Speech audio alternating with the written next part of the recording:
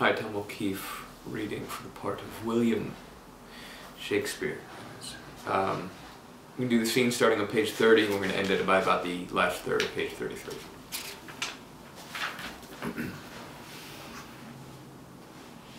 Yes? Do you require another boy actor for your plays? I have considerable experience and an unbroken voice. We hold auditions in the spring and at the South Bank.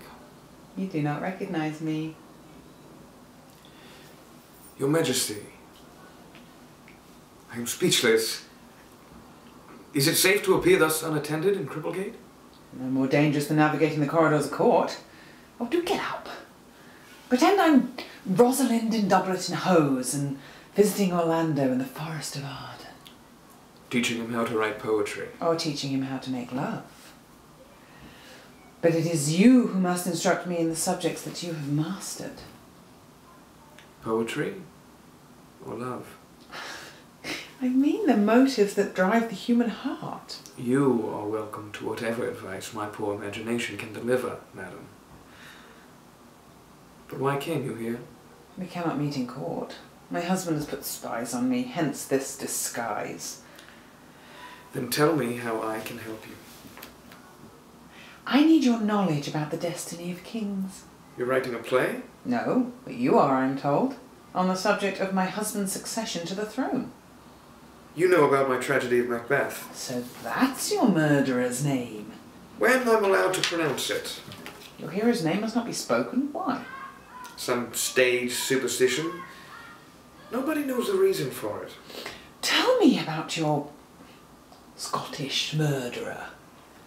He gains the throne by killing the good King Duncan and preserves it by wallowing in a sea of blood. Does he have a wife, this fatal pretender? Yes. A woman with a powerful will, who reinforces his weaker intention with her greater strength.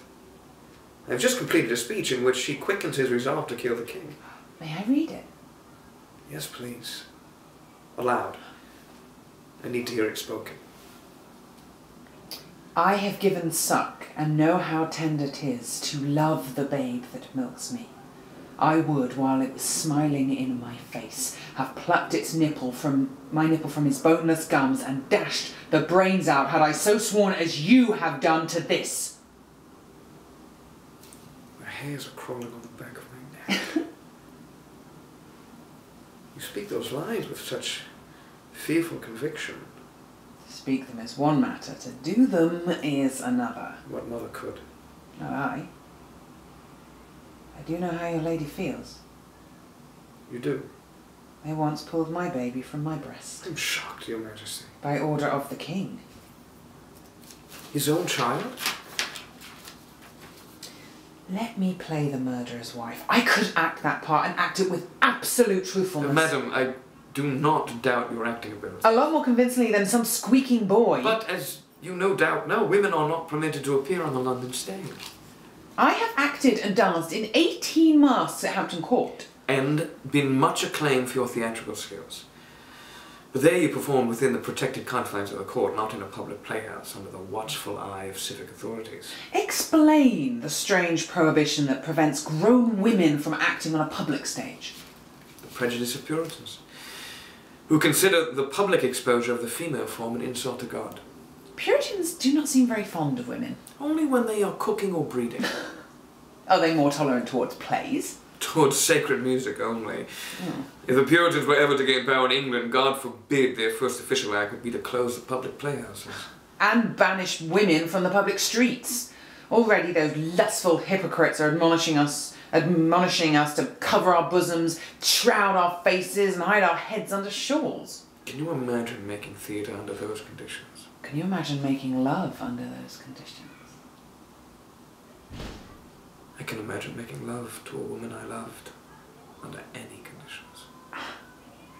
Then you don't consider the female form a seat of sin? I consider it the most perfect thing in all of nature. Especially as embodied in a beautiful creature like yourself. Is there nothing I can do to gain a part in your play? I would there were. But fear I cannot alter statutes, Your Majesty. Perhaps a private performance might be possible. For you alone? And what would you have me wear? No. No, I mean a court production of one of my plays, funded by the Crown. It would take place outside the jurisdiction of the Puritans and be no more costly to you than one of your masks. I'm sorry you mentioned the expense. Forgive me. Yeah, I know I'm regarded as a frivolous and extravagant woman. Not so, I Majesty. know I am. But the large amounts I spend on theatrical presentations are not wasted. They humanise the atmosphere of a court, otherwise known for drunkenness and lechery. Madam, I am certain it is so. Master Shakespeare, if you cannot write a play for me, would you at least write a masque? I feel honoured to be asked, Your Majesty.